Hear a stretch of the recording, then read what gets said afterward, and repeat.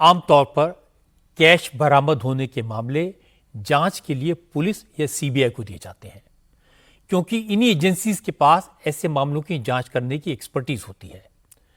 लेकिन जस्टिस चंद्रचूड़ ने जुडिशरी की मजबूरी बताई। अपनी इंडिपेंडेंस कायम रखने के लिए जुडिशरी जज से संबंधित मामलों की जांच पुलिस को नहीं सौंपती। सुप्रीम कोर्ट या हाई कोर्ट के पास अपनी कोई जांच एजेंसी है नहीं। फायर ब्रिगेड के चीफ का बयान लेने के लिए भी कोर्ट के अफसर वहां गए। फायर ब्रिगेड ने नोट देखे थे, जले हुए नोटों का वीडियो जारी किया था। अपने स्टेटमेंट में फायर ब्रिगेड ने जो कहा वो अलार्मिंग है। फायर ब्रिगेड के स्टेटमेंट की आखिरी लाइन नोट करने वाली है और मैं आपको बताना चाहता हूं। उसमें लिखा था, आग काबू में आने के बाद 4-5 अधजली बोरियां मिली जिनके अंदर भारतीय मुद्रा भरी थी। अब इसके बाद शक की तो कोई गुंजाइश नहीं रह जाती।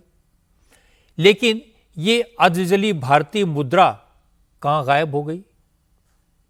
क्या वहां पर कुछ बिन जले नोटों की बोरियां भी थी? उन बोरियों को कौन ले गया? पुलिस ने नोट मिलने के बाद उस जगह को सील क्यों नहीं किया? वहां जो कुछ था उसे जब्त क्यों नहीं किया? ये सारे सवाल उठाए जाना लाजमी है। और इसमें कोई शक नहीं कि जज यशवंत वर्मा के मामले में सुप्रीम कोर्ट के कॉलेजियम ने सब कुछ पारदर्शी तरीके से किया, ट्रांसपेरेंट तरीके से किया। सारे डॉक्यूमेंट्स और वीडियोस वेबसाइट पर डाल दिए, कुछ छुपाने की कोशिश नहीं की। अब सवाल ये उठता है कि इतना हो जाने के बाद भी जस्टिस वर्मा को सिर्फ ट्रांसफर क्यों किया गया? एक जज पर जब कैश लेने का आरोप हो, प्राइमा फेसाई एविडेंस हो, तो फिर उन्हें सस्पेंड क्यों नहीं किया गया? इसका जवाब भी आज जस्टिस चंद्रचूड़ ने ही दिया। उन्होंने कहा, कोर्ट के पास किसी जज को ट्रांसफर करने के अलावा सजा देने का कोई और तरीका नहीं है, कोई और पावर नहीं है। जब इंक्वायरी पूरी होगी, अगर जज को दोषी पाया गया तो चीफ जस्टिस यशवंत वर्मा को इस्तीफा देने को कह सकते हैं। अगर जज रिजाइन करने से इनकार कर दे तो चीफ जस्टिस उनके खिलाफ इंपीचमेंट की सिफारिश कर सकते हैं। लेकिन इंपीचमेंट का प्रोसेस बहुत लंबा होता है।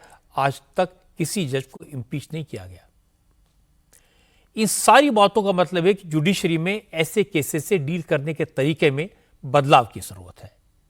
न्यायपालिका में भ्रष्टाचार को रोकने के लिए, न्यायपालिका का भरोसा बढ़ाने के लिए जांच और सजा का एक प्रॉपर सिस्टम बनाने की आवश्यकता है। और उम्मीद करनी चाहिए कि इस केस से इस दिशा में कोई ना कोई सॉलिड सॉल्यूशन जरूर निकलेगा।